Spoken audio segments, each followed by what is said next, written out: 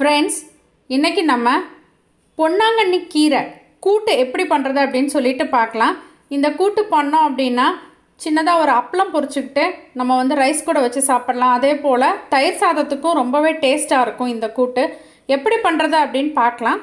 வாங்க வீடியோவுக்கு போகலாம்.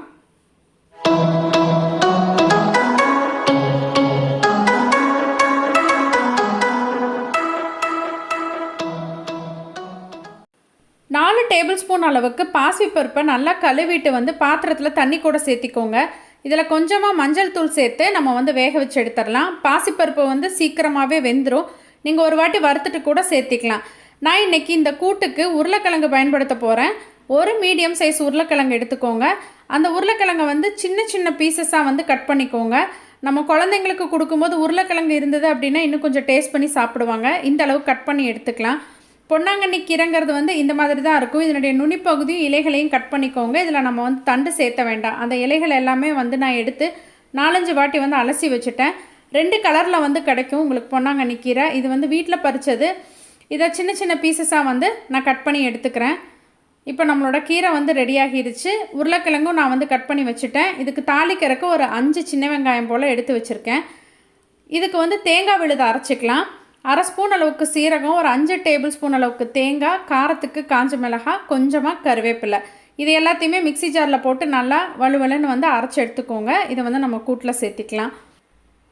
இப்போ பருப்பு வெந்துருச்சான்னு பார்க்கலாம். உங்களுக்கு பார்க்கும்போதே தெரியும் பருப்பு நல்லா மலர்ந்து வந்துருச்சு. இதை லைட்டாக மத்து வச்சு ஒரு வாட்டி மசிச்சு விட்டுட்டோம் அப்படின்னா நம்ம கூட்டில் கீரை கூட நல்லா பருப்பு சேர்ந்து வந்துடும். லைட்டாக ஒரு வாட்டி மசிச்சுக்கோங்க. அடுப்பிலே இருக்கும்போது மசிக்கிறதுனால பார்த்து கொஞ்சம் கேர்ஃபுல்லாக மசிச்சுக்கோங்க. இப்போ பாருங்கள் பருப்பு கொஞ்சம் குலைவாகி இருக்குது. இதில் நம்ம கட் பண்ணி வச்சுருக்க ஒரு உருளைக்கிழங்கை சேர்த்து வேக விடுங்க.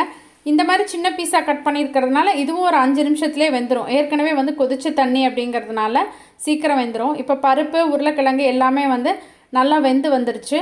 இதில் நம்ம ஏற்கனவே க்ளீன் பண்ணி வச்சுருக்க கீரைகள் சேர்த்திக்கலாம். கீரை சேர்த்துனதுக்கப்புறம் 10 நிமிஷத்துக்கு தான் நம்ம கீரையை வேக விடணும். மூடி போட்டு குக் பண்ண வேண்டாம். பொன்னாங்கண்ணி கீரை சீக்கிரமும் வெந்துடும்.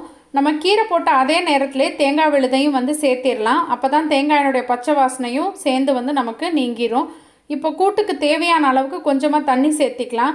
ஏன்னா நம்ம தேங்காய் சேர்த்துனதும் பருப்பு தேங்காய் எல்லாமே கெட்டித்தன்மை ஆக ஆரம்பிக்கும். அதே போல் கூட்டு பண்ணி முடிச்சுட்டு தண்ணி இப்போவே குறைவாக இருந்துச்சுன்னா நம்ம ஒரு 2 மணி நேரம் கழித்து எடுக்கும்போது நல்லாவே திக்காகிரும்.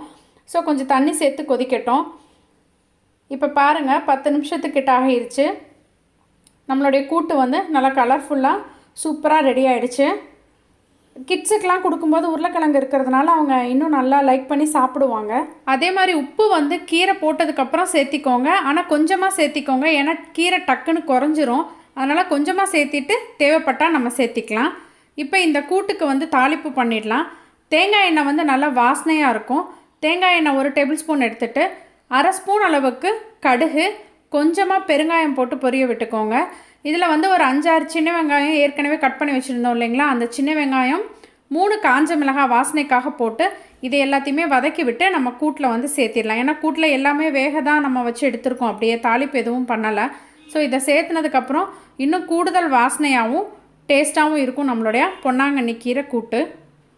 கண்டிப்பாக நீங்களும் இந்த ஹெல்த்தியான ஈஸியான கூட்டை ட்ரை பண்ணி பாருங்கள். வீடியோ பிடிச்சிருந்தா மறக்காமல் உங்கள் ஃப்ரெண்ட்ஸ் எல்லாத்துக்கும் ஷேர் பண்ணுங்கள். லைக் பண்ணுங்கள், கமெண்ட் பண்ணுங்கள். மறக்காமல் நம்ம சேனலை சப்ஸ்கிரைப் பண்ணுங்கள்.